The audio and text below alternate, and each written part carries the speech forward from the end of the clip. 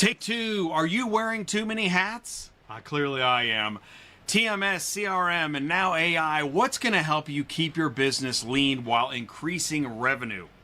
To save valuable time in business development, David Ray Jr. and Ben Okuka want to help you boost your business. So they're here tonight.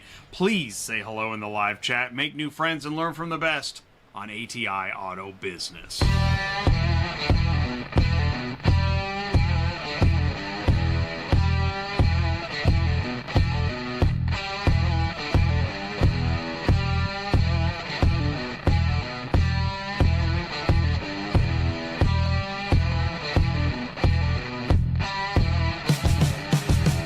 Hey, what's up, ecosystem? Welcome back to ATI Auto Business, Automotive Ecosystem, where everyone learns more about the automotive industry. Let's get started with some top industry news and headlines that include what the Crowdstrike happened, Trump Chinese EV US proposal, and repo wholesale retail update. Please do say hello in the live chat. Hello, YouTube. Hello, LinkedIn. You can grab that YouTube link and you can tell your friends and let them know. David Ray Jr. is the feature interview tonight. He is an awesome dude, and it's show 356 in a row on a Tuesday. It is the automotive ecosystem. Now, you may have seen David before. He is a logistics tech consultant and more. If you see him at a trade show, stop him and talk to him. There's David. Say, hey, David, what's going on? I want to talk to you. Ben Okuka is also here. Ben is really cool. Ben knows about product management. He's going to tell us more about Startwell Partners. We're talking about technology, entrepreneurship. It may not be a secret. And depending on where you get your social media, you're seeing a lot of people changing companies, changing roles, maybe finding themselves reinventing and starting a new business. So we're going to continue the conversation that we had last Tuesday night. Me and Mark were talking about auto logistics marketplace. Where are we going? And that is when we learned Mark had an interesting take on load board versus available list. I made a YouTube short out of that. Thank you, Mark, for that concept. And we're going to continue talking about beyond the load board, BOL, GPS, payment solutions, driver app, AI buzzwords based on different size businesses. So I say know your ecosystem. OEM, dealer, auction, logistics, remarketing, recon, compliance, and tech. We move around the ecosystem week after week on ATI, on Automotive Ecosystem, on Tuesday nights. It starts at 7 p.m. Central. What is that? It's a workflow diagram. And by the way, this came in, I saw this on LinkedIn today. Shout out to Zach Asher. Talking about ROI, time management, auto transport brokers. Every minute counts. That's right. So on Industry Logistics last Thursday, we also talked about top 20 load boards. Did you know there are 20? There are now. We found them. Go ahead and get out your phone and take a picture. You already know number 1, 2, 3, 4, 5, 6, 7. Do you know number 15 and 16? It's pretty interesting stuff. We're going to keep talking about this on Thursdays. So let's do this. Let's go ahead and jump into some news. It's only 5 minutes after. Get pretty fired up when I have to do a take two. All right, here we go. What the Crowdstrike happened? Flights grounded and travelers stranded, including JFK LaGuardia, after tech outage cripples banks and other companies around the globe. If you're like me, you tuned in Friday into the internets and saw this. I didn't know what was going on. Okay. Grounded flights knocked banks offline, media outlets off the air. Across the world, the global crisis was triggered when U.S. cybersecurity company Crowdstrike deployed a faulty software update to computers running Microsoft Windows, crashing them, leaving the ominous blue screen of death worldwide. This will be the largest IT outage in history, Microsoft regional manager tweeted in the chaos. Basically what we were worried about with Y2K, except this time it actually happened. I mean, there were people worldwide. It was mainly airports, train stations, and other logistics hubs, but worldwide madness. You don't want to be in this. And you know, right? What's going on? Well, government, this came out of this is either Australia or England. Government holds emergency Cobra meeting after Microsoft outage sparks global chaos. Football tickets canceled, TV channels offline, Heathrow, Gatwick, Edinburgh. Oh my gosh, is crazy. Stores closed.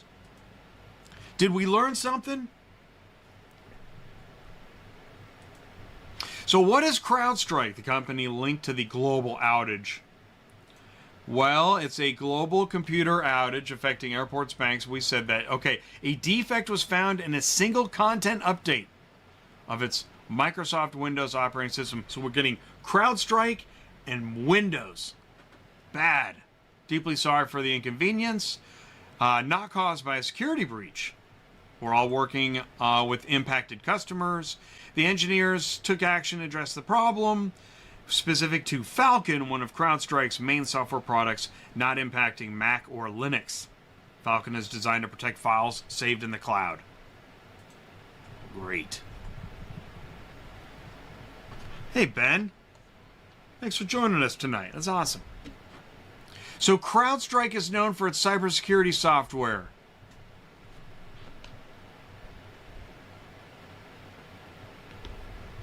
That detects and blocks hacking threats. Like other cybersecurity products, requires deep-level access. Oh my gosh. Wow. Actively working. A defect found in a single content update. Yeah. I probably wouldn't tell them at this moment. They will freak out. So then we found out Saturday that, oh no, they skipped checks. Wait a second. Security experts at CrowdStrike apparently did not undergo adequate quality checks before it deployed a routine update. Really? The latest version of Falcon sensor software was meant make CrowdStrike clients meant to make client systems more secure against hacking by updating its threats. But faulty code in the update files result in one of the most widespread faulty code. What it looks like is, sir, is that the vetting or the sandboxing that we do when we look at the code is slipped, sort of.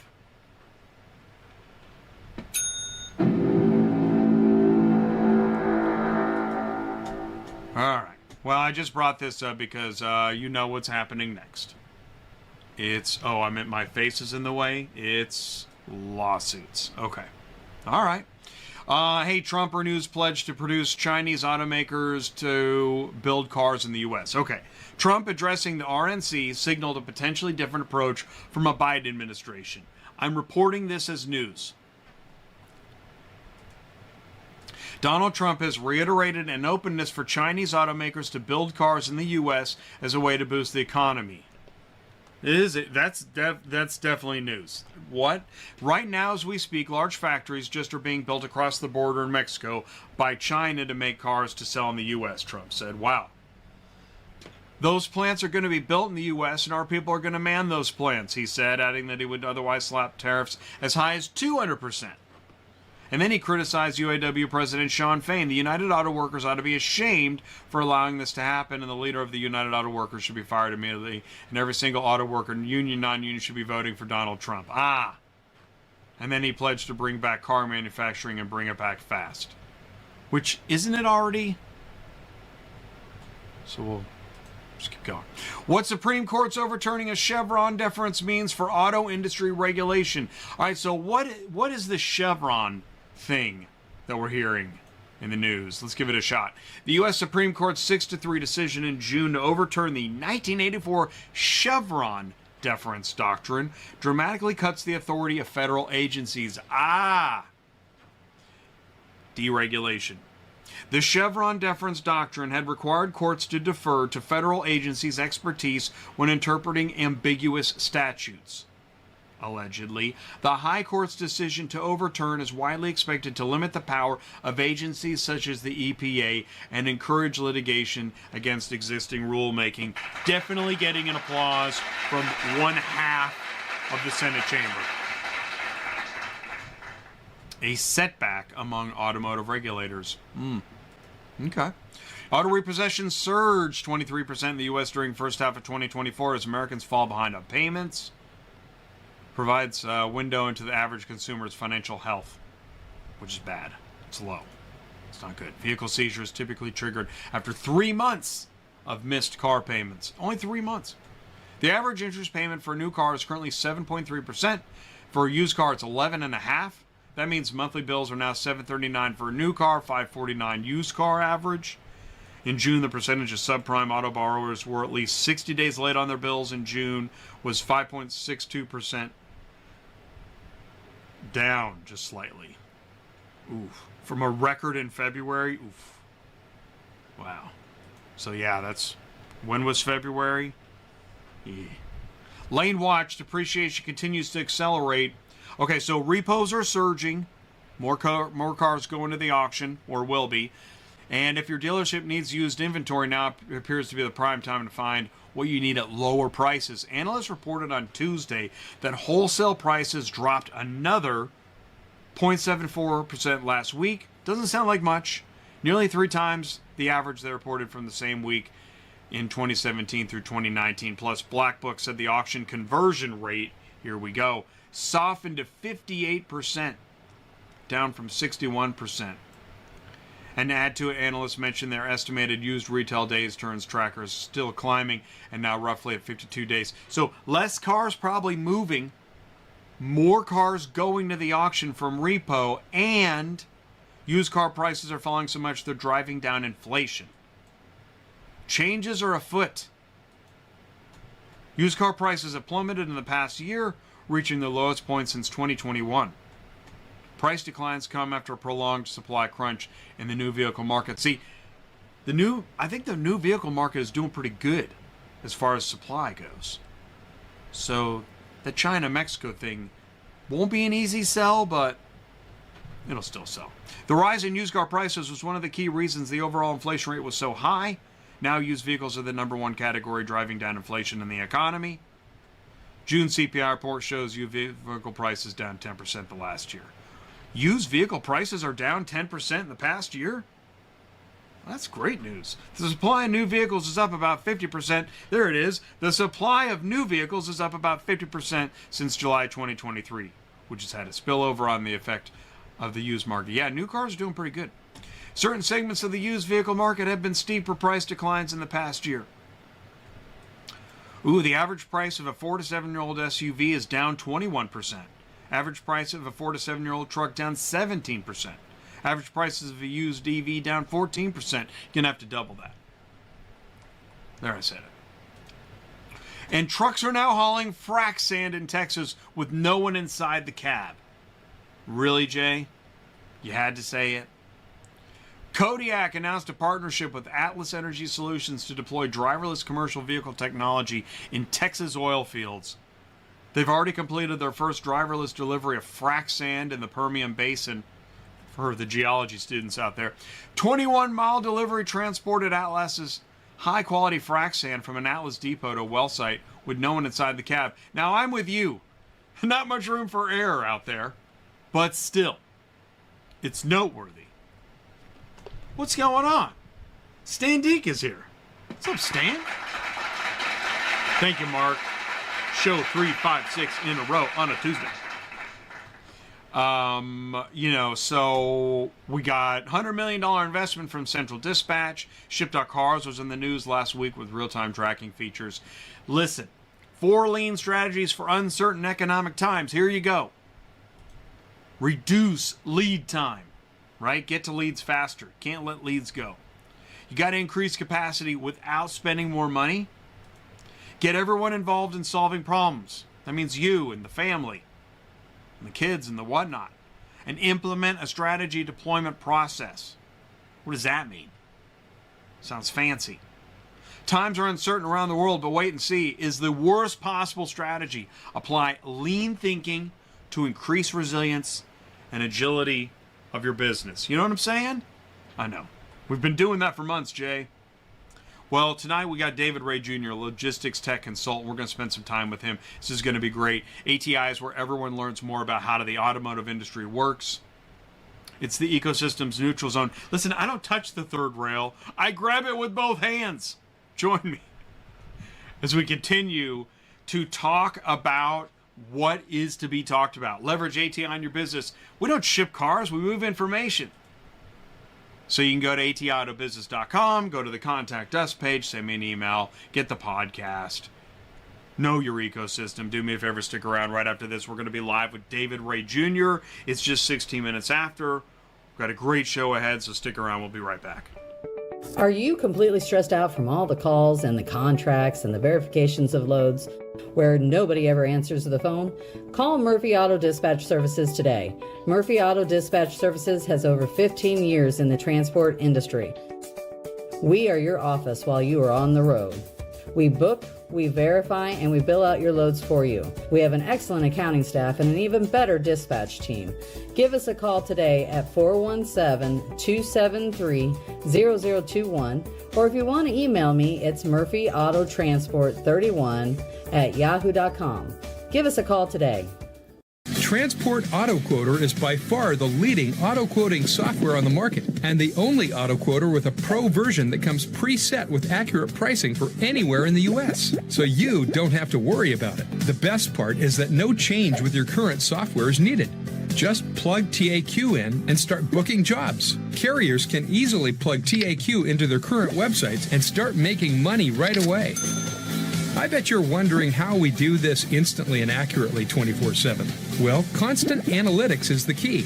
Our Price Watch team is constantly monitoring current market conditions, paying close attention to seasonal and quick-moving industry changes. At the end of the day, it takes a lot of time and data to maintain good pricing, time that most of us just don't have on a daily basis. So free yourself up.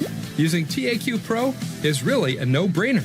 Save time and money, maximizing your leads and optimizing your online investments. You'll finally be able to sleep well at night knowing that TAQ is on the job selling for you 24/7. Never missing a potential job. Don't lose any more sleep worrying about those important missing leads. Get Transport Auto Quoter, quote the right price, the first time, every time. Run your business with TAQ. Visit transportautoquoter.com and stop missing leads.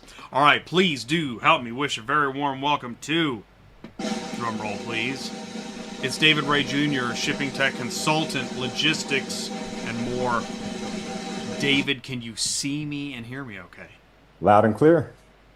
Right on. Awesome. David, please say hello and tell us a little bit more about you. Sure, yeah, glad to be back, and as always, good to see you. David Ray, I'm a logistics consultant. Not really a good way to describe what I do. I guess it's a fancy way of saying I help transportation companies move things from A to B using process and technology improvements. A little bit about my background. I got my start in automotive back, 2017 or 18 when I was working at Vroom. I was working with the dispatchers, building out tech solutions for them. After that, I went on to build a driver app to help drivers make better decisions when evaluating whether a load was profitable. I've done some consulting for a few brokers in our space, and then now I'm currently working with a freight tech company that provides collaboration tools for fleets. All right, so you're qualified. Huh? I know a little bit, yeah. Come on. That's awesome. Okay, great, because, all right, so we're going to expand to the automotive ecosystem at some point here, but we'll start with logistics. And I thought it was really interesting when I first found out that you had been at Vroom. I think we started talking right around that time. Let's just talk about Vroom for a second. Sure. What did Vroom do? Vroom doesn't exist, or how would you describe that? Yeah. So during my tenure there, this was back 2017 through maybe 2020, 2021, Vroom was in the process of figuring out whether or not they wanted to buy their own fleet so that they could actually deliver and hit a lot of the dates that you promise in your marketing material. But at the same time, we were also building out our carrier and broker network. So a lot of the technology and tools that we were using at the time were integration based. So integrating with most of the biggest players in our space. And from there, I just kind of started seeing a lot of the disconnect between what Vroom thought they were getting in terms of, service and having that ability to like stick the landing, as they would say. So if I give my car to a broker, is it going to get to the customer's uh, house on time? And the answer is kind of, right? We'll tell you we can get it there. And for the most of the companies we work with, I think they did a great job. But once I realized that on the other side of the brokers that we worked with were just kind of independent owner operators that we didn't control, it made me realize there was this fundamental problem that we were never going to be able to solve on our own. So a lot of the technology that we were building at the time was to, make that a little bit more seamless, partner with the brokers to help the transporters get those cars on time and make sure all of that information flows up to the customers. So nobody's just showing up at their house like, you know, a day early or, a couple hours like, oh, hey, I got your truck or I got your vehicle. It's over here. I'll meet you at Walmart. And the customer is like, wait a minute. I thought you were coming tomorrow. So that was generally the problem that I was trying to solve there. And so what's interesting is that I think for many folks, for like used car buyers and sellers, Vroom was an online shopping site like a Carvana Right. or even a CarMax. And so it sounds like Vroom was trying to do many things and maybe grew pretty fast because, am I right, Texas Auto Direct got acquired by Vroom? Correct. I forgot which year that was. There were still a couple. There was a retail location in Houston, actually worked there for a couple of months. I know the name of that. Yeah. Yeah. That's in Houston out in Stafford, Texas, which is a small area in Houston. Yeah. When I was a dispatcher, I had booked cars to get picked up at that location. That's how I Yes. first heard of Texas Auto Direct, and then how I heard of Vroom. Yes, and So, actually one of the reconditioning facilities for Vroom was across the highway. So that's where I got what? my first taste of I the believe I know. chaos, yeah, of Yeah. dispatching and automotive. I tip my hat to everyone in that position because there were some late nights that I spent with our team, 10, 11 o'clock at night working with them, and it's a tough job. Part of the picture this paints is so as businesses grow, I'm just going to say Acertus. Mhm. Acertus is a big company, provides many different services in orchestration. That's a lot to manage. Absolutely, yeah. And I think, from we had a few pilots and there were a couple of programs we worked with them on, and I think those went well. Um, I, if I remember correctly, I believe they started offering some titling services around the time I was leaving Vroom to help automate and make that process easier, as well as final mile locations, actually, figuring out whether or not they want to have somebody drive a single flatbed to the customer's house, which I thought was pretty cool. So, many of the things we're talking about seem to be serviced by a large auto logistics company like Acertus, Sure. or some of these things are what Carvana does.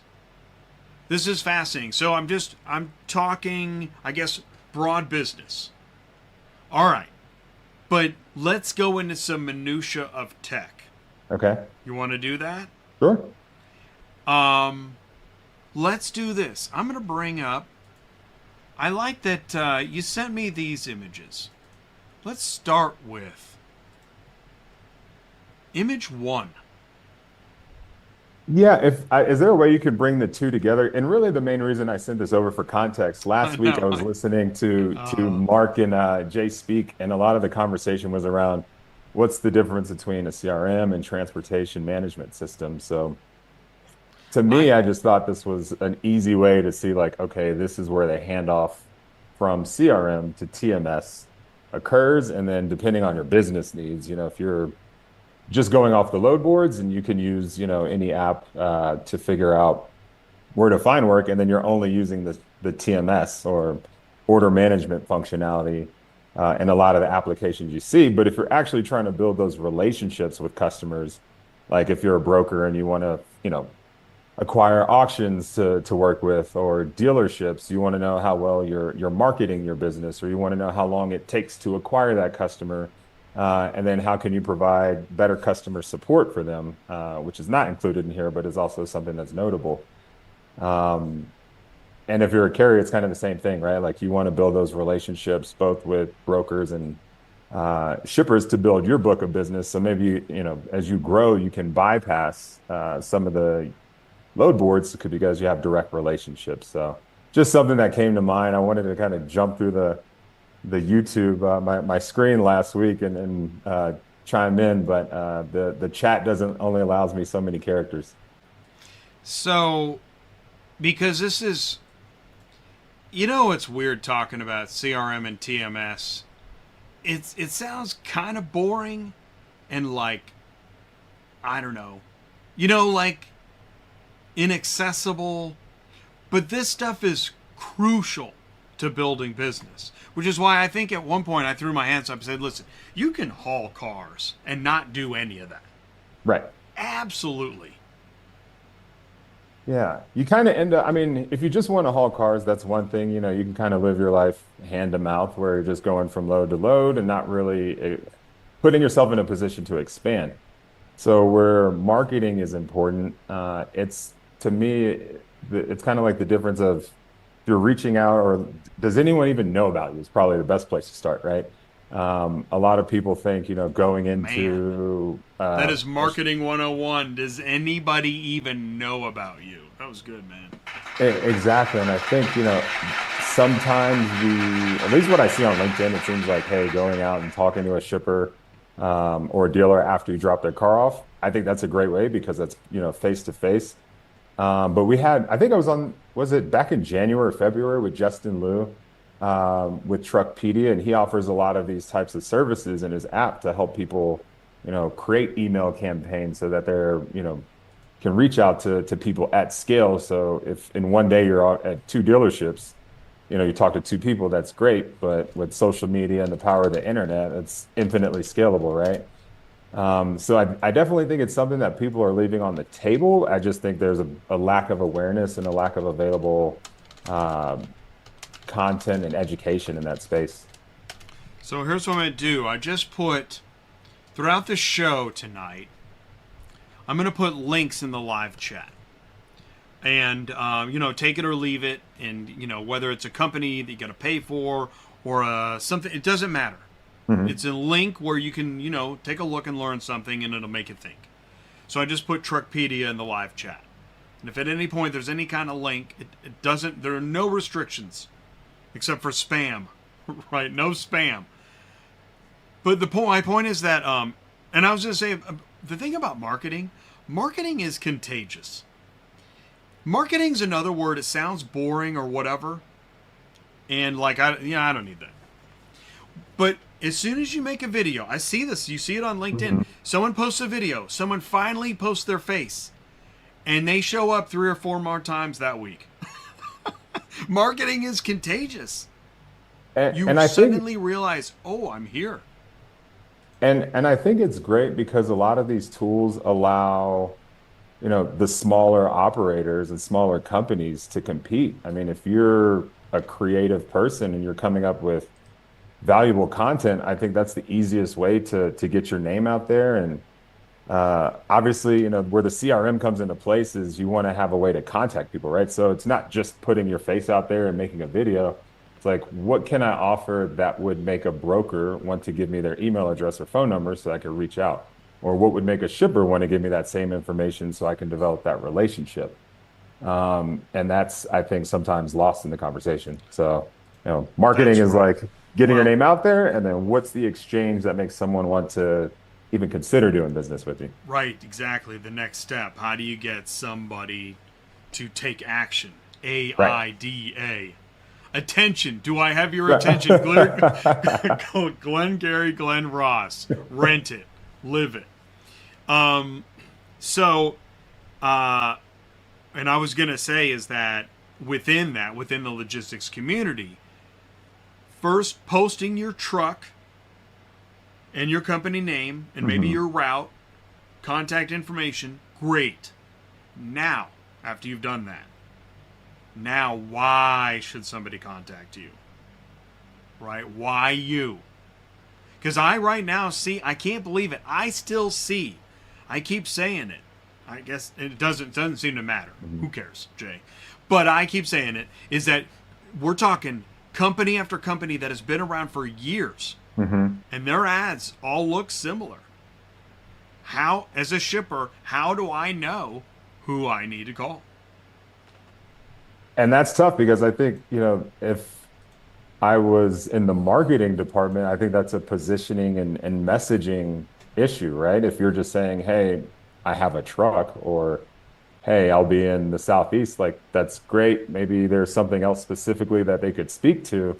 But that's where creativity comes in. How resourceful are you into figuring out what do your customers actually care about? And that's kind of the art and science of it, right? Like you can set up all these tools. There's no real silver bullet, in my opinion. That's all. You could do this really with email and spreadsheets, just how you track it, right?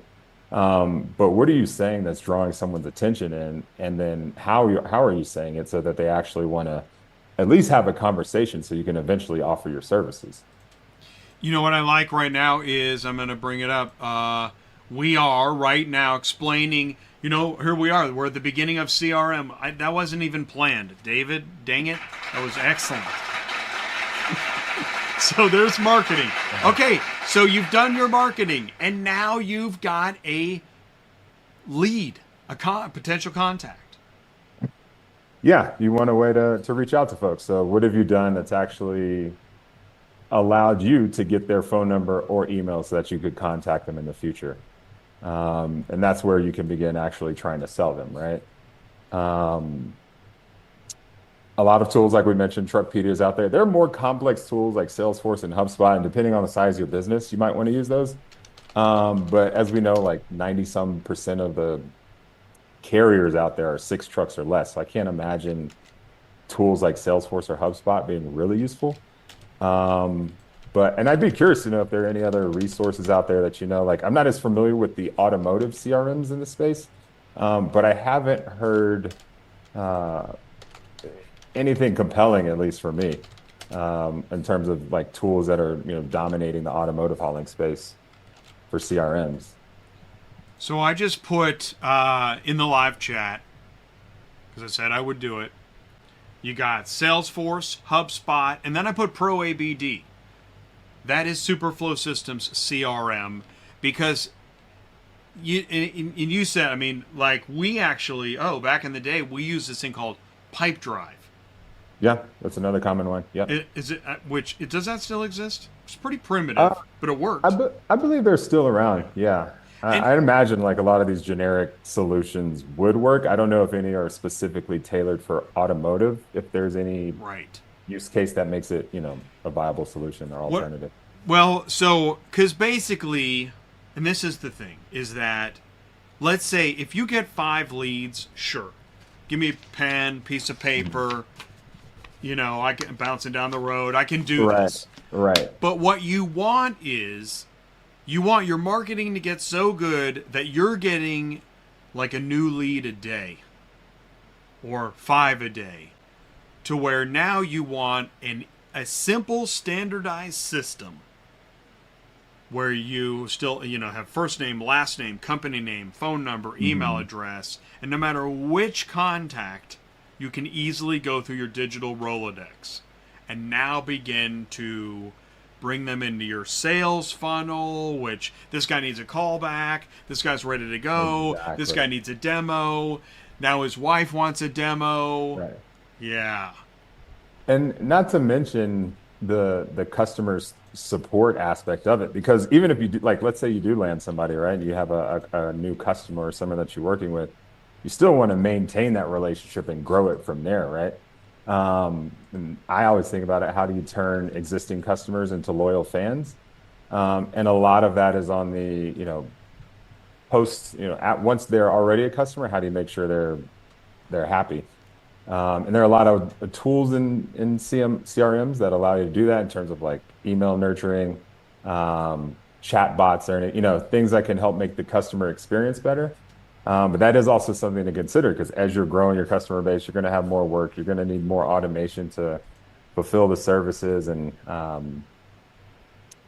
I understand, I feel for a lot of the owners of these companies because I imagine as you're scaling, you hit this point where it's like, I'm doing all the work. And if I never focus on these things, I'll never grow. But I know I have to focus on these things. I just don't have time.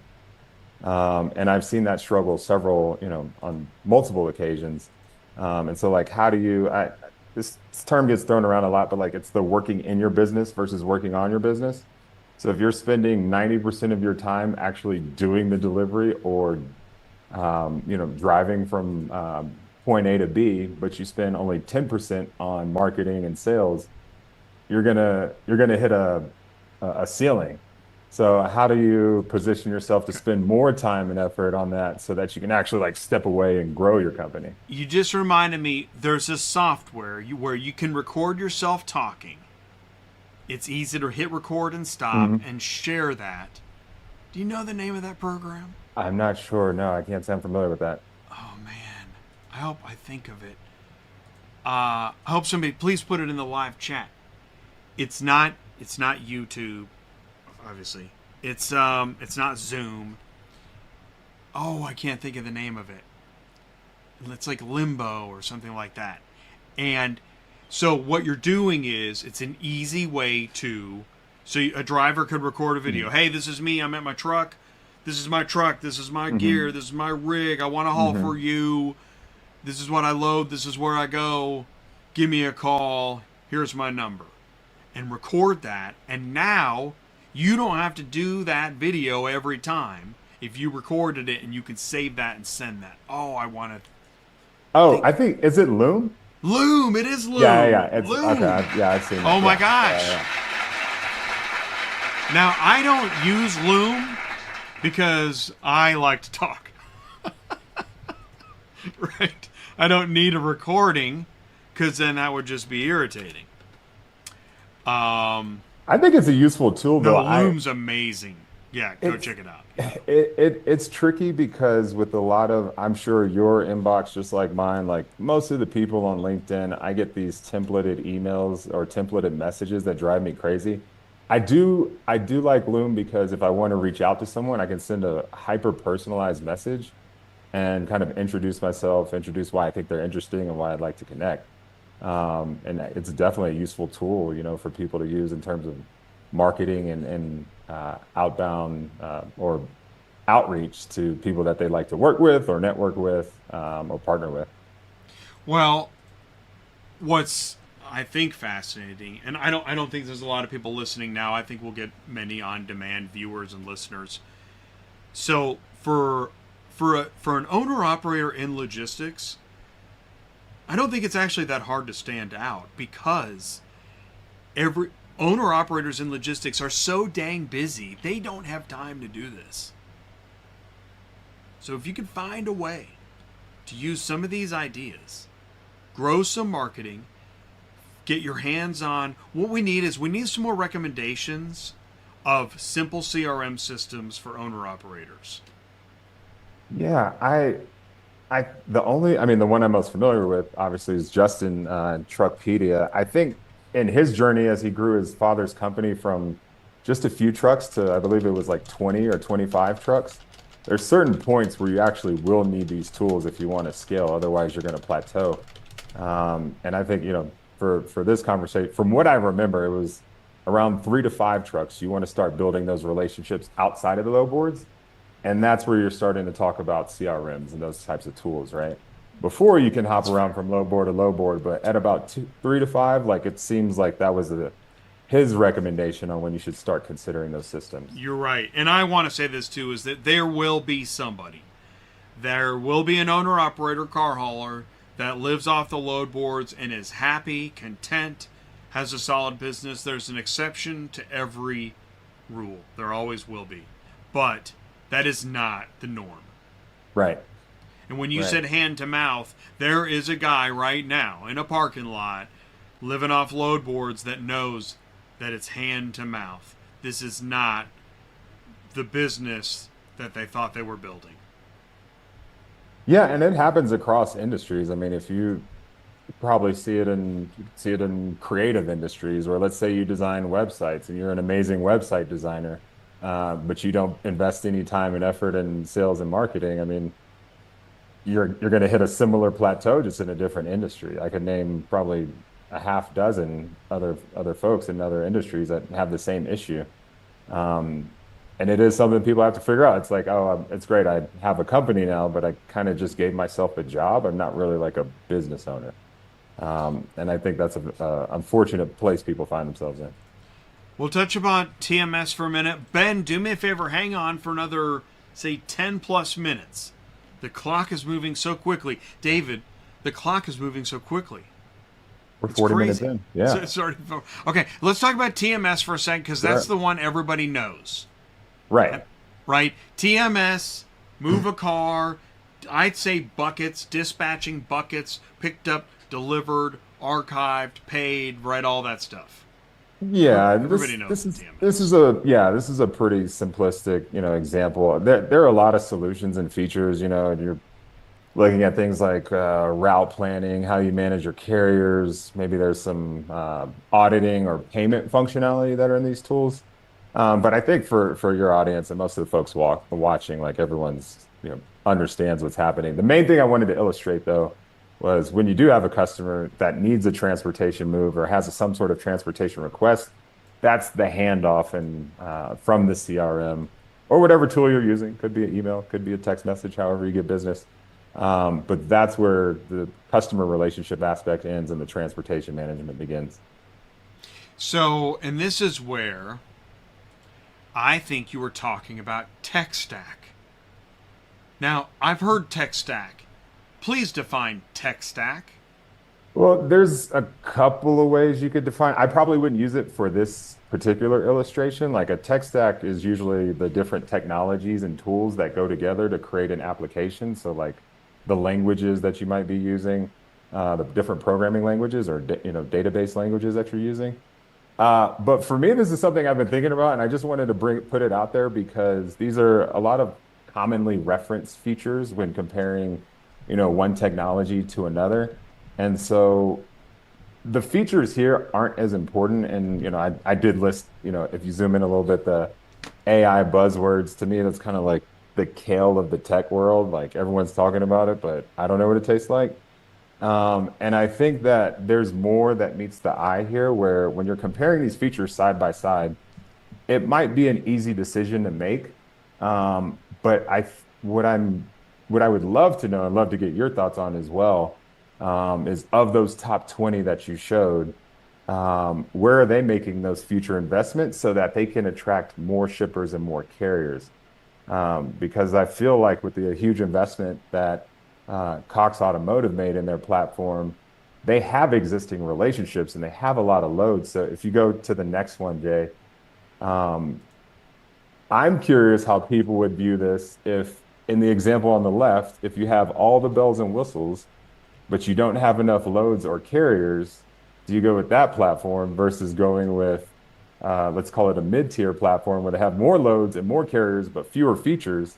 Or do you go somewhere where there's a lot of loads and a lot of carriers, but fewer features?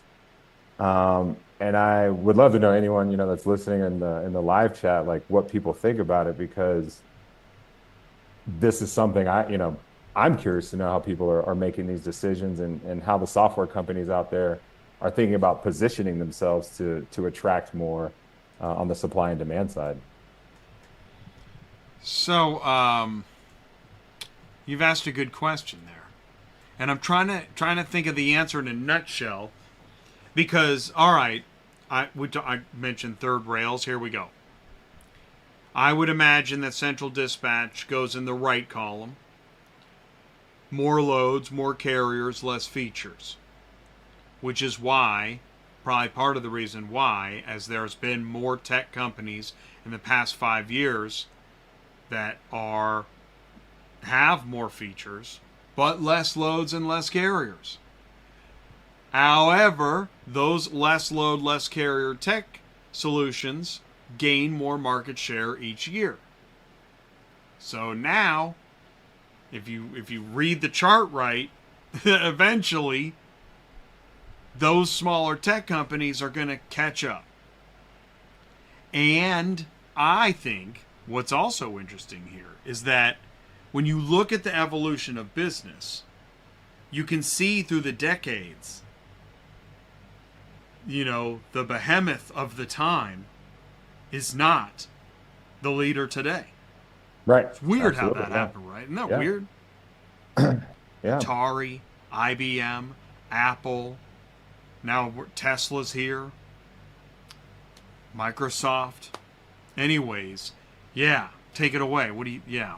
No, I just think, for at least for, the brokers and carriers watching, I just think it's important to evaluate that because I see it either as you end up platform hopping until you find the work or the right combination, or you're having like a mixed bag of apps, which creates, or technologies, which could create like an inconsistent experience and a lot of work on the back end trying to bring information in from one app and PODs over here, and then I've got inspections over here, and so I could see that being really frustrating for the people that are managing those businesses. So, perfect time to let's go back and remind ourselves to go back to the room conversation, trying to perform different functions at a high level. Yeah. You at some point can understand if a company says, listen, we're only using our tech on this move. We're not trying to ingest all these other techs. We got too many moving parts we can't do. We don't want to lose track because we got to serve our customer. I will say, and I didn't bring up the top 20. I can if you want me to. I think it's cool that we now have a top 20. That's brand new. That's great, yeah. That's never happened before. I know I'm patting myself on the back. But it has never happened before. No one's ever created a top 20. Actually, we were able to solidify it on the show last week. Going into live airtime, we had 18, maybe 19. And the reason we got to 20 is because now it is like football teams or something. We're finding that carriers have their preferences, and there seems to be many different flavors. That I didn't really expect. Having interviewed 40 to 50 carriers in the last 2 or 3 years, you realize everybody's doing it completely differently. There's no there's no one standard way of doing things. I think it creates a tremendous opportunity. It's also, it is a huge challenge, but also a tremendous opportunity. So, I'll leave it up to the software companies and technology companies to duke it out. I just think this is, hopefully this is helpful for the people watching and understanding, the different features, how to evaluate it, and then understanding how it fits into your business and your operations. Because at the end of the day, that's what we're all here trying to help. Perfect time we're now going to bring in, please do help me wish a very warm welcome to my next guest. We're going to keep David with us, and we're going to bring in Ben Okuka. Now, this is, I want to say, I saw Ben live at a trade show, but I think this is his first time, and this is cool. Here comes Ben. He's getting ready. Is that I explained to Ben about a week or two ago that ATI has changed a lot in the past few years. I think some people know that, not everybody does.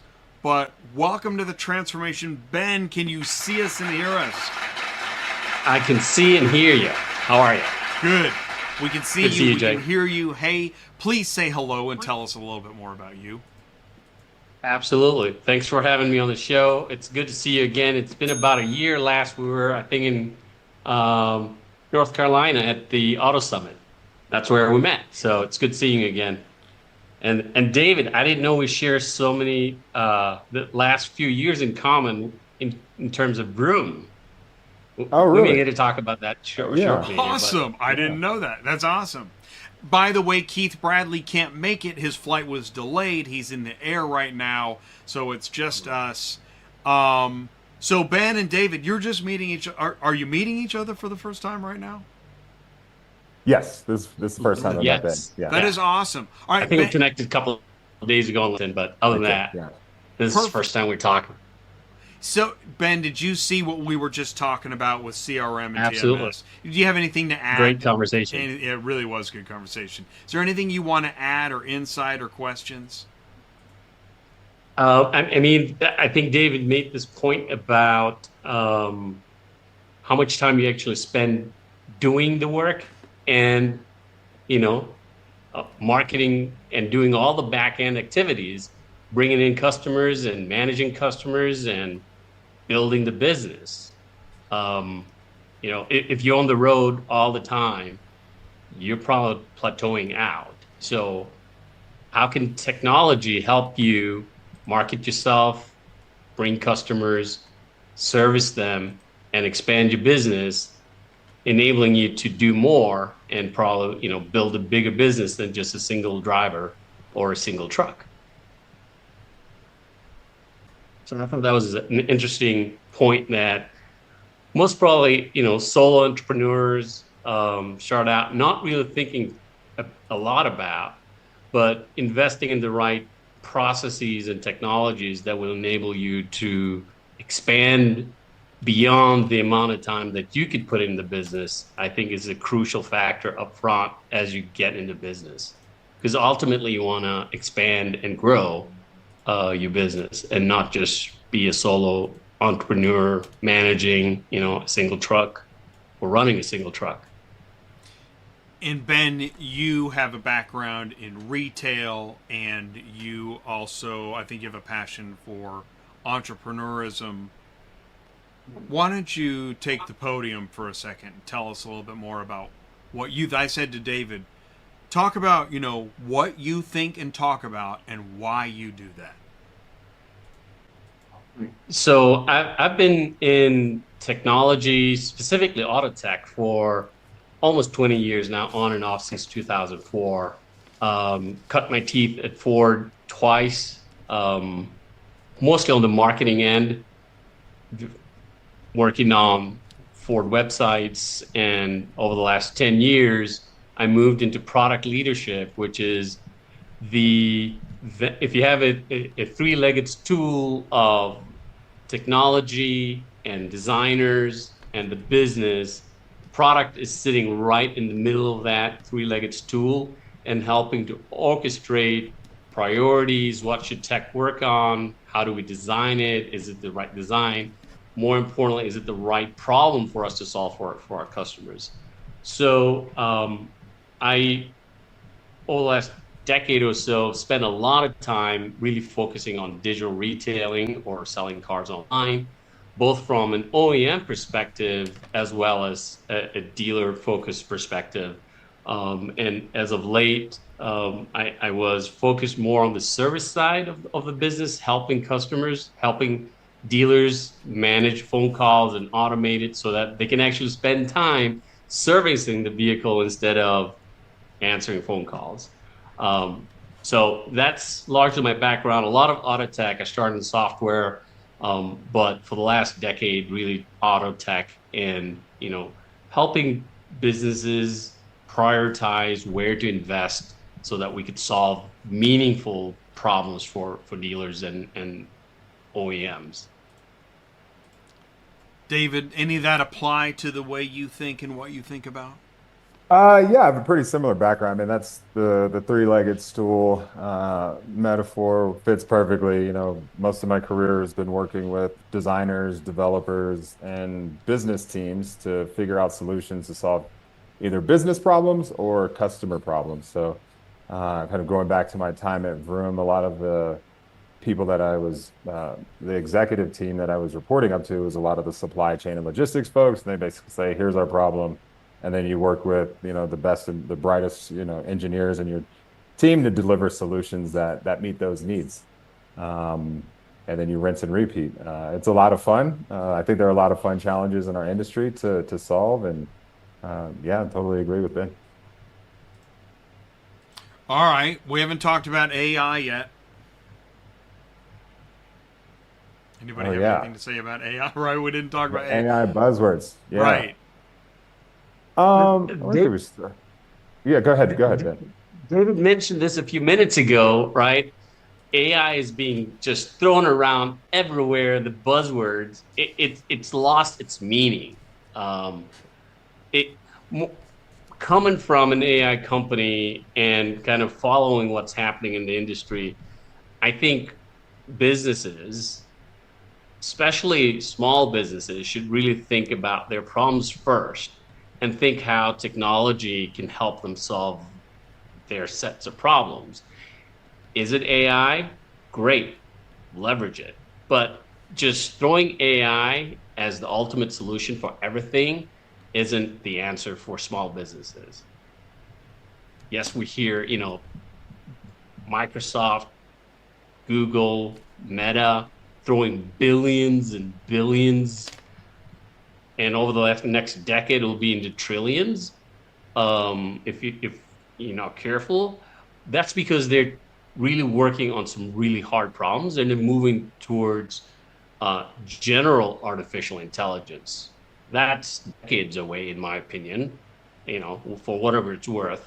But for the small business owner, small business, there's a slew of technology, including AI, that can be deployed to solve our problems. And we just need to be very clear about what that problem is so that you can apply the right technology. All right, I got it. I'm going to put ChatGPT in the live chat. Now, at this point, ChatGPT should be pretty well known like a Grammarly, right? But there are going to be people that are like, yeah, I don't use it. I don't even know what you said, right? And if you type in ChatGPT, you get what? ChatGPT.openai, whatever. Right, yeah. The problem that I see ChatGPT solve is time. Marketing takes time. But you can type anything, kind of, into ChatGPT and it will save you time. You can type in, I now do research. I can do basic research with ChatGPT. Now, I shouldn't rely on just ChatGPT. Right? We can all agree. That's like doing a book report from Wikipedia. But Wikipedia's got a lot of information. And so does ChatGPT, which is probably getting information from Wikipedia.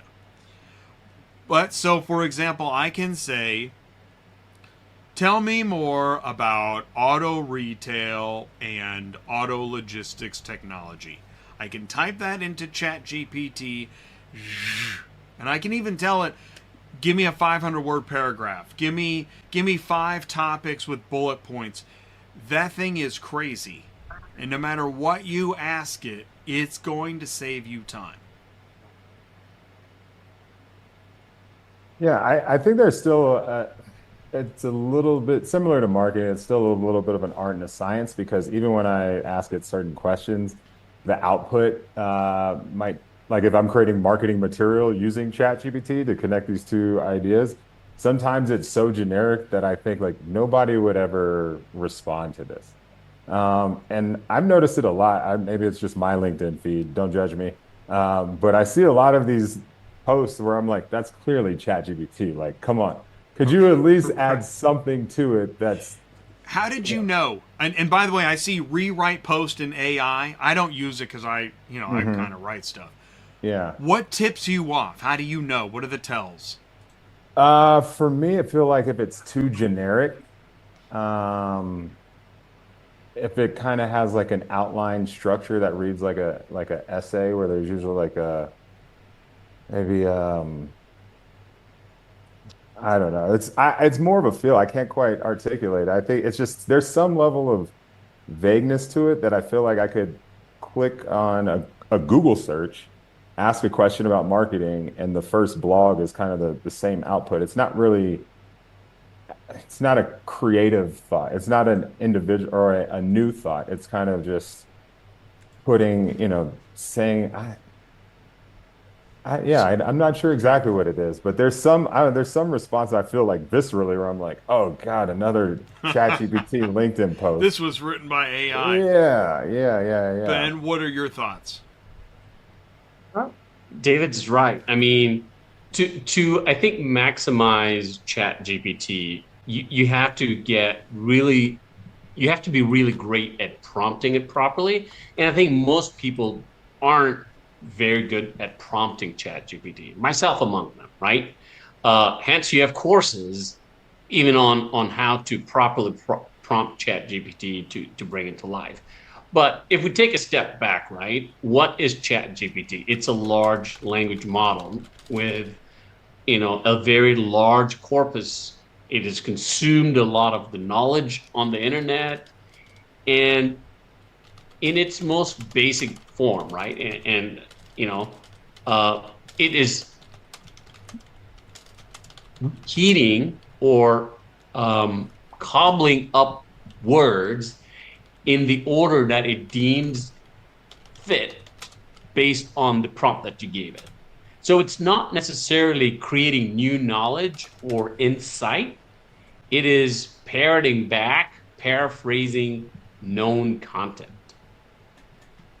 So hence the issue of, is this really insightful? Is it applicable to my business? Is this an intelligent point? You can get it out of it, but not all the time. So depending on how you prompt it. Now, the models are getting better every year, right? Last year's model to this year's 4.0 release, dramatic difference. But at the end of the day, I think you've hit it on the head, Jay, which is ChatGPT is a great time saver. Because if you want to jumpstart thinking ideas, ChatGPT can do that for you in a sec. If you want it to, look at different patterns and look at different models that you would otherwise take a lot of time to create yourself, it can do that for you. And that's a great starting point. That saves you, probably 20 hours of research down to seconds. Now you could really take that output and now apply your own intelligence, understanding of your business problem, understanding of your market, understanding your customers, and refine that content. And by the way, it still hallucinates sometimes, right? So that's why you got to take it with a great giant, rock of salt, if you will. So I totally agree with that statement, though, is that as a, oh man, I'm going to get in trouble here. As a lifelong creator, okay, there I said it. I've been creating my whole life. It's what I do. And I see a pattern with a lot of people. I think most people. They get kind of stuck in the creative process. They either start editing before they have anything, or they naysay, go negative, nah, no. And the brainstorming process is, I like it. And, I don't put a lot of filters on a brain. In fact, I say you can't edit anything while brainstorming. You can't. You will kill an idea before it ever happens. So ChatGPT, I think, helps folks that kill ideas. They get so much output, they can't kill it. And now they have somewhere to start from. Because it seems to be getting started, starting a fire, catching that first spark is the hardest part. Anyways, all right, that's my ChatGPT. Here's what I want to know. What program should I use to create images using AI? I have not been able to figure this out. I don't know. I can't draw. I can't Photoshop. I can barely screen capture. Anybody watching the news knows that. So I don't know how to create images. Is there an AI program? Is there a free AI program I can try? That's what I can't find. No, there are a few out there, including ChatGPT, at least through Microsoft Copilot. Now, Really? that's something that I've used personally, but the images aren't that great. What I've seen, other companies such as Canva allows you to use AI generated images, right? And Canva is a very accessible platform, I think, to the community that we're talking to right now. As a matter of fact, I think you can create some, you could do some creative work free, and the subscription fee is reasonable. But I think what's happening, right? If we take a step back, there is AI for words, right? Just creating content. There's AI for music, subscription for sound. There's AI for images. There's AI for pretty much any type of content out there at this point. What's happening though is at different levels, right? At the Microsofts and the Googles and the Amazons of the world, they're working on the intelligence, right? The intelligence pieces of what we generally refer to as artificial intelligence. They're investing billions and billions of dollars into that. There's a middle tier set of developers that are focusing on vertical problems, right? So if you want creative AI solutions, you're probably going to look at, Adobe, Figma, Canva, et cetera, et cetera. There are verticals for sales. There are verticals for customer service. Every single vertical is getting an AI solution. It's just a new thing that's happening, and that's just the case. And then there's the third layer of AI being infused into your existing apps. And the most common and most accessible product to everybody here would be Microsoft, the Microsoft platform, right? Now you've got Microsoft Copilot assisting you in creating a good PowerPoint slide or rewriting your essay or whatever that is. So give it another year or two. It's going to be so prevalent that it's going to be second nature that you pull an app and it's got an AI embedded in it somehow. So thank you, Ben, because I started thinking, what about an AI assist in a CRM for an owner-operator that could build and manage sales funnels without having to concentrate on it? I think you're going to see a lot of those features coming out. I mean, we talked about this a few months ago on the show, but a lot of those co-pilots, where it could be on the CRM side, it could be on the TMS side, where I don't know, if you're planning a route, AI could assist you in doing that. It's kind of the Iron Man suit, if you will, that you put on, and instead of managing 5 trucks as a dispatcher, now I can manage 25 because I'm super powered with routing assistance or ETA update assistance, and all these little workflows, as Ben mentioned, we'll slowly be able to hand over to artificial intelligence. And again, I'm not the AI expert. I just understand it as a technology and how it can be used to make our lives easier. What's going under the hood, I have way less interest in. But I do see the use cases when, if you're thinking about dispatch workflows, suggesting drivers, or if you need a way to predict ETA delays, and you can figure out, okay, based on some set of data, my truck probably won't make it to the dealership before they close. Yeah, I think anything in that chatbot customer relationship space where any inquiries that come in, maybe there's a invoice request or something that could be handed off to a bot to go run with it. I think those examples are more concrete for me because I understand, at least hopefully it helps the audience understand where it might show up. Because I think a lot of the concern is you're saying AI, but what are you trying to take my job, or what am I going to do? What do I do with this tool? And so hopefully those examples help kind of illustrate, where AI can fit in your workflow and your day-to-day. The job displacement always comes front and center. And here's a bucket of cold water. It's already happened. If you spend enough time on LinkedIn, you will see people that no longer work somewhere. Hmm. This is common now. And there's could be any kinds of reasons why. It doesn't matter. One of the things I was sitting there thinking when I was on the show last week with Mark was, just as we get to this point where we've got all these great load boards, guess what? We shouldn't need to be able to search load boards anymore. Loads should be coming in that apply to us.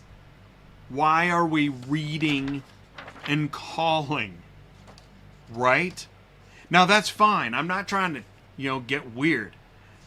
But that is going to happen. So when does that happen and how do we work towards it?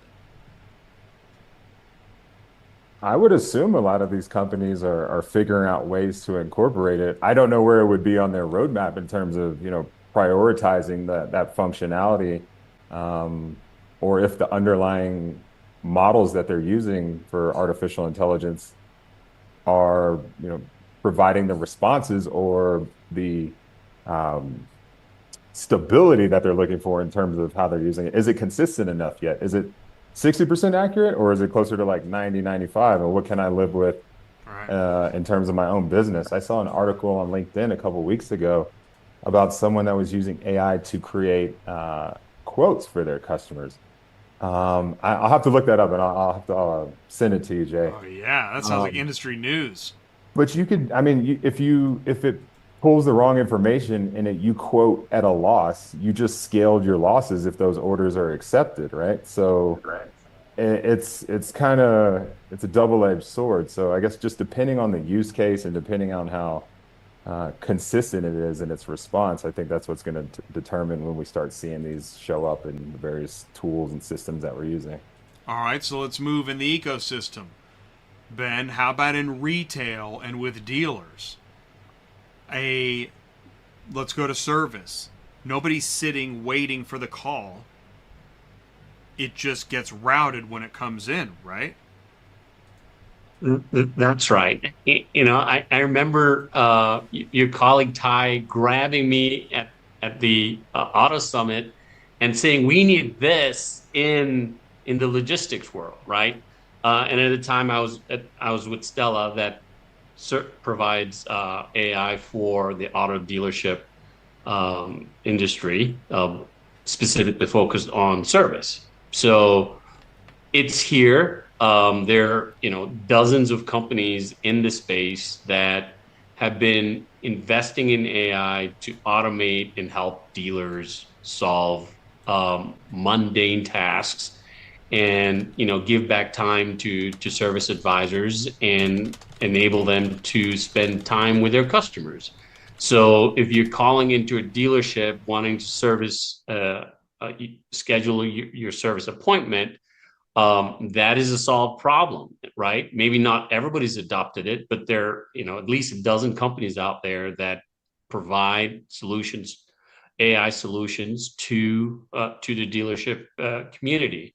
Same with the sales side of the house. There's at least half a dozen companies that are focusing and providing solutions to enable you to book a service appointment. I'm sorry, to book a test drive, to book a sales appointment, to automate your credit application and, get templatized auto responses back to your inquiries about, is this vehicle still available?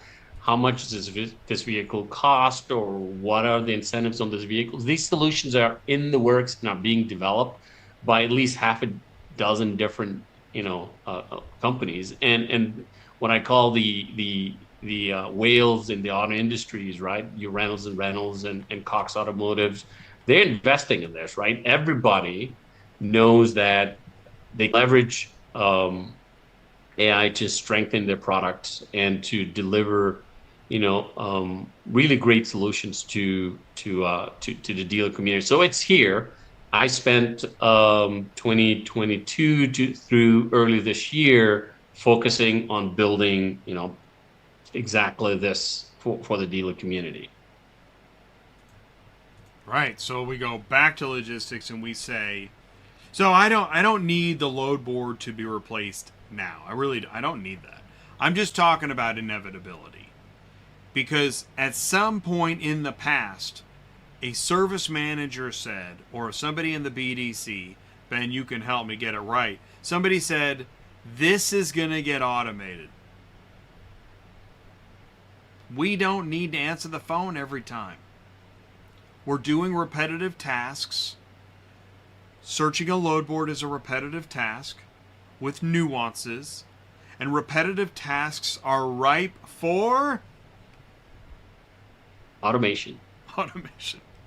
I can't get my... And ding. There we go. And that's why the frac sand in the Permian Basin in Texas is now being hauled by autonomous trucks. And if they were going to replace the driver, they were going to do it one way or another. And maybe the driver's still in the truck. I don't know. And I also point that out because you do want to find out now instead of when you show up to move the next load of frac sand and they say, thanks, we're good. It's better to know now. So don't make a YouTube video about getting rich hauling frac sand. Okay. So, yeah, Ben. It was interesting seeing that note, right? Regardless of how you think or feel about Tesla, right? They're investing heavily in autonomous vehicles, and their trucks, right, are being automated so that you could move between really well-defined points, and this is happening already, autonomously. So there's disruption coming to this industry. If we circle back to the conversation we had, you and David had maybe about 40 minutes ago now, about why are you in business, right? What is your differentiating factor about your business? That's something that every business owner needs to think about, because if it's generic, if it's not differentiated, and the customer can't identify why, you will be disrupted. I made a bookmark on differentiation. So this just came in. I saw this while I was getting ready for the show. This is news tonight, 6 o'clock Eastern time. Alphabet to invest $5 billion in self-driving car unit Waymo. Now, Waymo has been testing in Phoenix and other select markets, I believe. And For at least a decade now. Okay, right. It's been quite a while, and it's been very successful, is my understanding. I know, like, and by the way, you said Tesla. Wow, Tesla's fascinating. It is the company everybody loves to hate, but can't stop talking about. And it's changed the way automakers look at the cars they're building, which I've seen the headline, interestingly enough, product, the three-legged stool of tech design and business, is that now the auto manufacturer product teams are they have too many problems to solve, and it's making it much harder for them to figure out what to develop and build and work on and cancel. And yeah, there's so much happening right now.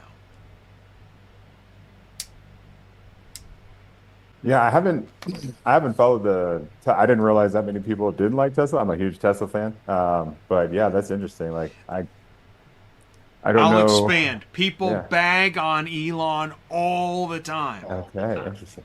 I mean, Okay. all the time. And yet, they bag on him and then celebrate. He is got to be he's living a weird life, but he's living it. Right, from flamethrowers to the boring tunnel to SpaceX and Twitter, and then he smokes a blunt with Joe Rogan and he brings a sink into the lobby. I mean, it's just wild, this guy. It's wild. He's definitely unique, and we don't have a lot of him in the world. I don't know any other CEO that has 5 billion-dollar companies run at the same time. So there's something special about him. And the reason why, we can't stop talking about Elon and his products is because they're all disruptive, right? He's reimagining what business should be all the time.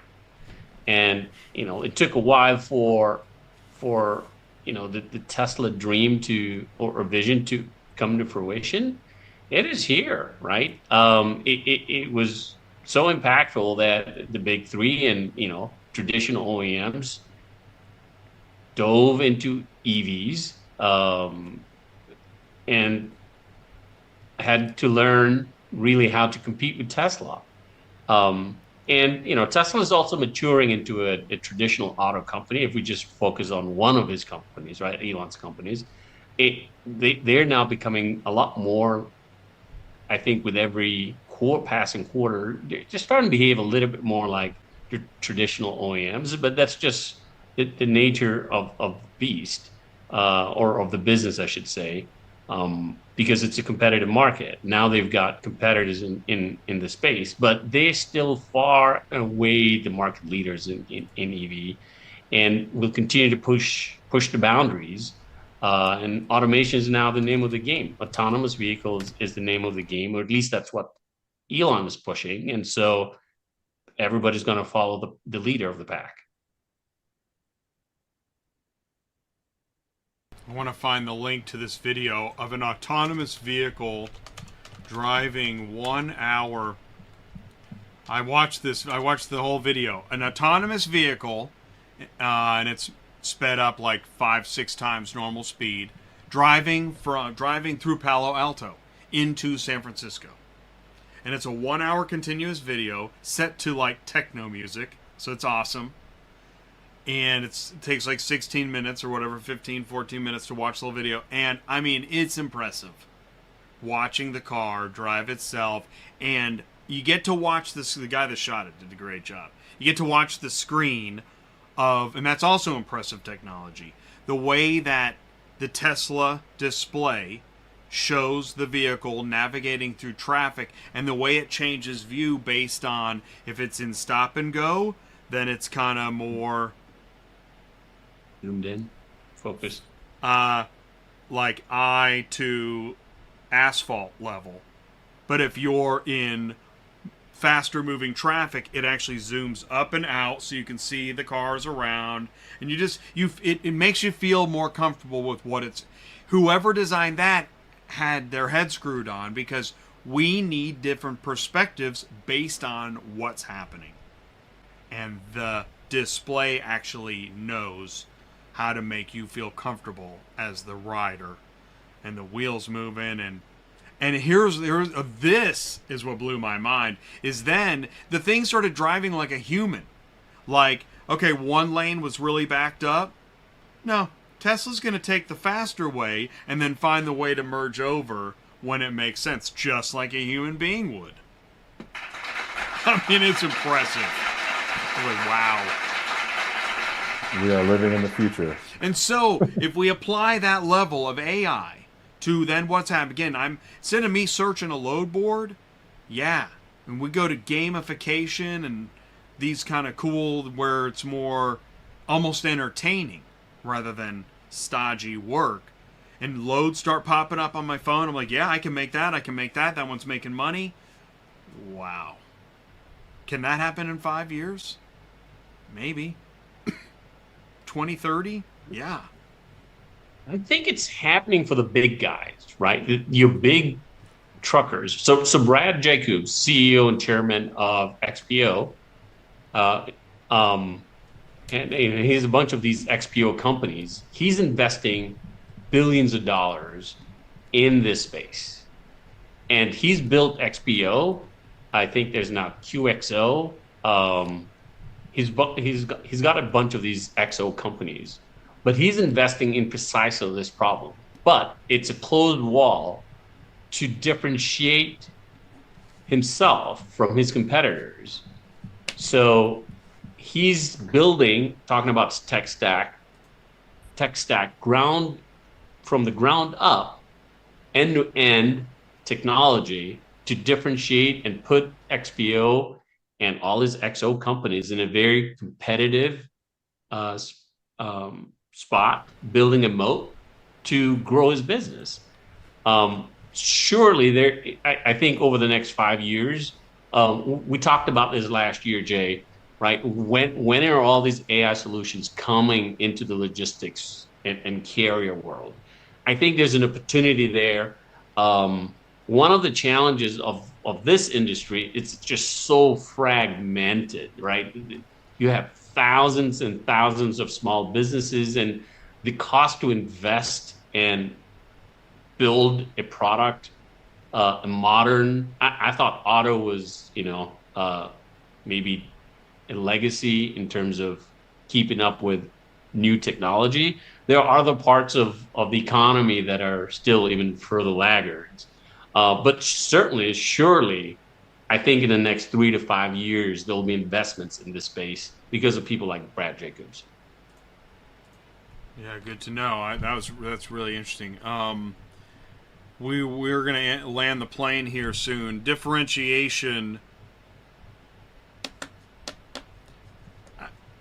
Expand on that. What else can we say about differentiation? I guess just kind of building on the point Ben just made, you're going to see these investments in AI and these different technologies across the different platforms that are out there. So it almost feels like there's this kind of arms race, right? Like is it a winner take all scenario? Is it going to create an environment where all of the available platforms are equally as enjoyable by the carriers and brokers that might be using them? Or is there going to be kind of this winner take all where the person with the most, the best AI or the best tool takes the majority of going again, back to my earlier point, has the majority of the loads and the majority of the volume? I'd be curious to see how people start to make those decisions when they're saying, okay, this is an amazing AI feature and this is great, but I can only get 20% of my revenues on your platform. So I have to go somewhere else. And I think this is going to be very interesting to see how that plays out. I think the AI race is an arms race. And I don't think there's any mistake to be made about it. And I think any company that's investing and working on it sees it that way every day. So, yeah. The other thing, I think, talking maybe not specifically about differentiation, but and I'm not an expert in the carrier world by any chance, but if it's analogous or similar to the dealer space, where there are dozens and dozens of tools solving very specific point problems, I think differentiation comes with providers that can really deliver a cohesive end-to-end solution for carriers and allow them to conduct their business on one single platform instead of, cobbling together a series of half a dozen to a dozen different tools, which first of all is just costly because you're investing in so many different applications and subscriptions, but at the same time, it's, challenging to master those tools and to really be efficient and effective in, moving your business through all those tools. So the opportunity is for those companies that are going to build SaaS solutions or applications or solutions that are end-to-end, tailored for these small businesses that just need a platform that just works so that they could focus on running their business and not managing tools and cobbling tools together. I mean, hopefully over the next 2-3 years, pen and paper becomes a things of the past in this industry. Except for when Crowdstrike happens. or CDK. Then you have exactly, or CD. Then you have that emergency wall kit that has like whiteboards and pencils. Might sell. That's right. Yeah. I think there are, I don't know how many dealer solutions there are. I don't know how much freight tech there is. Everywhere you look, I think this is one of the issues. There's so much tech. Somebody's building a new mobile app right now.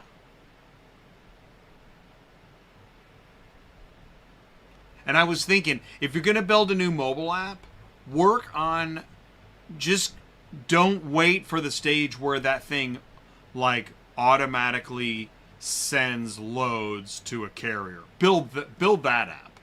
Autosendload.com. There you go. Autosendload. You can have it. Just do it. Use ChatGPT to expand the idea.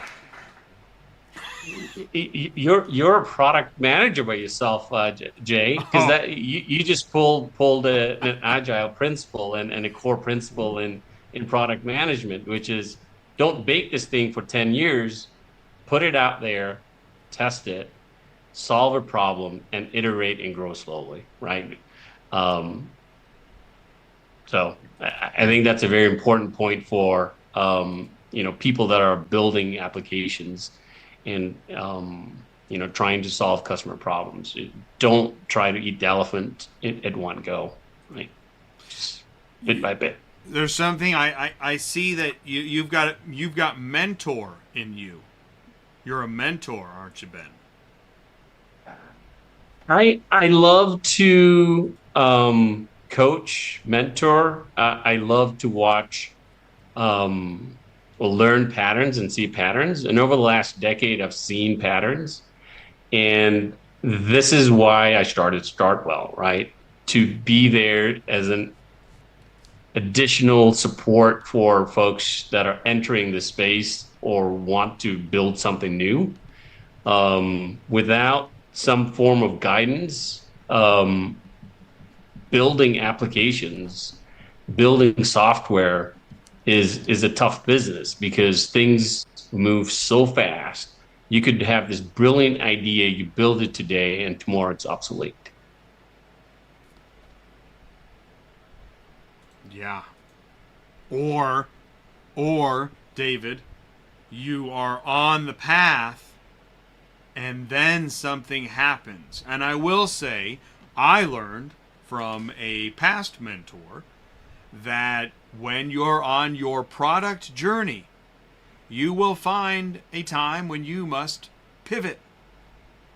And if you fail to pivot, and by the way, you can't just willy-nilly pivot. The pivot is based on some principles of necessity.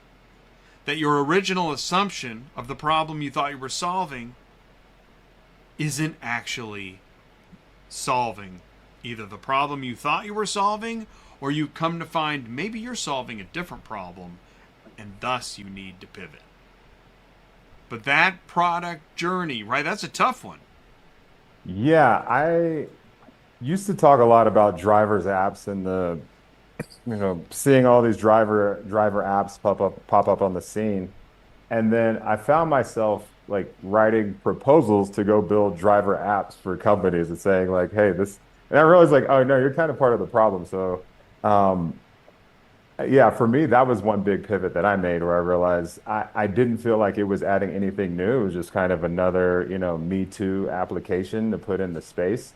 But it wasn't really solving something I care about a lot, which is like the communication problem. And, having seen patterns in the different layers of communication between the dealer, the broker, the dispatcher, the driver, as Skip always called, that the long game of telephone. That's something that's always interested me. And, building driver applications didn't seem to solve that. So for me, that was a point for reflection and, realizing I probably should pivot to something else and either solve a different problem or, figure out another way to solve that problem.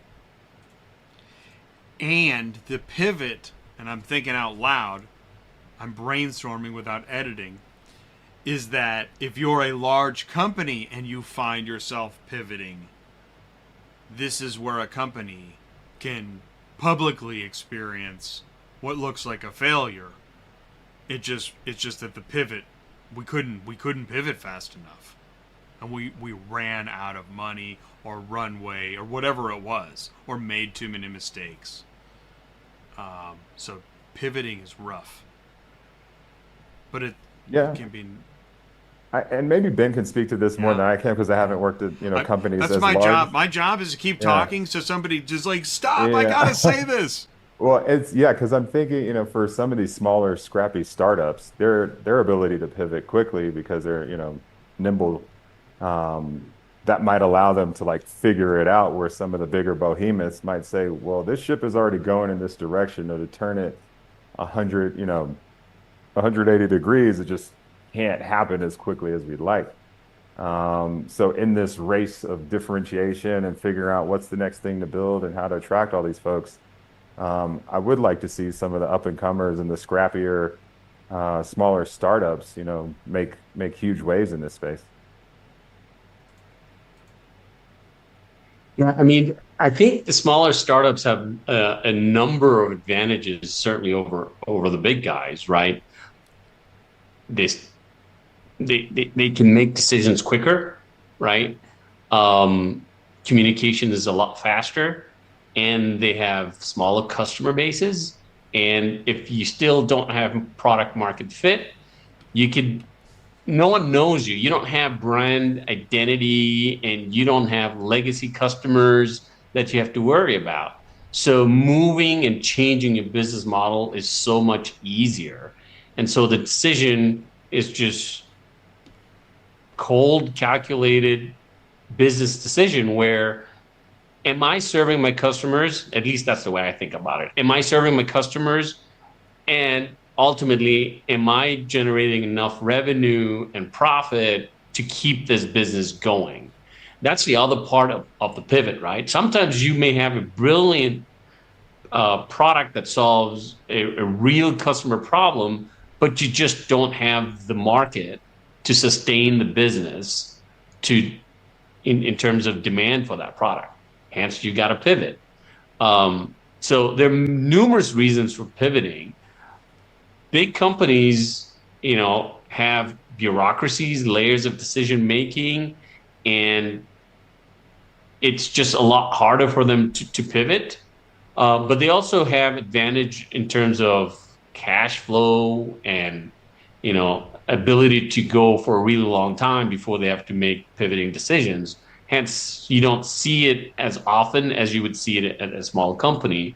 But, if you go back, I want to say 15, 20 years ago, Google Plus is coming to mind. I don't know why, but they had to pivot. They had to shut it down because Facebook just solved the problem so much better. And so today we don't have Google Plus. Oh, Google had to pivot after spending billions and billions of dollars. Microsoft Zune. iPod did something much better. Well, I can't believe that just popped in my head. So as an owner operator might say, well, how do I pivot? This sounds great. And what you do is look back on your data and find out what was what data points to most success.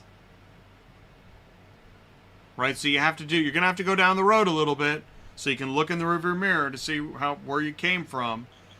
But if you're an owner operator and you're hauling for customer A and then customer B and C are just quite matching the profit you're making from A, can you triple A? Get rid of B and C. Go with A. Yeah, or even expand on like it is a paid feature, but in ChatGPT there's like a data analytics tool. So sometimes you can input like your past orders and figure out, oh, most of my orders are coming out of Georgia, or maybe they're coming out of another state and they're going to Texas. And maybe you don't realize it, maybe you don't have the analytics background, but it can kind of help you understand where your lanes are. I think, a lot of those tools are helpful in that sense, or to figure out where to build relationships and who to target. If you're going from Georgia to Texas consistently, maybe you don't market across the continental 48. You actually focus your marketing on Georgia and Texas. So that's one example of how they could use that. And I think what you just described, David, is coming. It's absolutely coming because with investments in machine learning. These are pretty straightforward problems that could really be solved, so that you could tell which are your most efficient, most profitable routes, which customers pay the best, all different vectors of your business. I think these solutions will become available to most owners over the next few years, without having to pull your data, dump it somewhere else. You'd have an industry specific vertical AI with all these analytics built in to make those type of decisions. Any final thoughts? I think we covered a lot. When are we starting the company, guys? Right? I know. This does feel like, I think that's one of the reasons why, like, I just realized I'm like, well, I probably need to end the show at some point. But this feels like a good company meeting, right? That's what this show should be called, a good company meeting. I think every owner needs to think about their business like this on a quarterly basis, right? Review the performance and check. Do I need to pivot? What tools can I incorporate in my business to make me more efficient? I think that's a takeaway for the audience. But yeah, I mean, there is opportunity in terms of building solutions for the industry. This is a rich target because it's not saturated like marketing tools in auto, where there's at least 2 or 3 dozen marketing solutions out there. I think there's a lot of opportunity to invest in this space and build solutions from the ground up. And if you find yourself feeling like, because that is the thing, is that you could be, man, I'm such a small fish in a big pond, but at least go ahead, and that's part of the goal of this show, is to inspire somebody to start putting one foot in front of the other in the technology space, even if you feel awkward. Because one day you're going to show up to haul frac sand, and your job has changed. And that's what everyone's biggest fear is anyways. So we see the slogans, address your fears and all that. Address your fears. Get on ChatGPT, start doing something with tech, find out how you can at least learn to acclimate to whatever this next chapter is. Yeah, and if anyone has any questions, feel free to reach out. It's David Ray Jr. on LinkedIn. More than happy to help you guys kind of formulate a strategy or anything I can do to help move you in the right direction. Okay, I'm putting, so David Ray Jr. and Ben Okuka. Gentlemen, thank you so much. That was fun. I knew this was going to be great, but I still didn't know how great. This was awesome. It was great. Thanks for having us, Jay. This was great. Good seeing you too. Yeah. Appreciate you having us, Jay. Yeah, great job. All right, here we go. I'm gonna go ahead and hit the button. Here comes the AI, and that's a cut. Okay. All right. It's always hard to say goodbye, but I got to do it. I got to find a way. You'd think after 350 shows, I had this in a nutshell.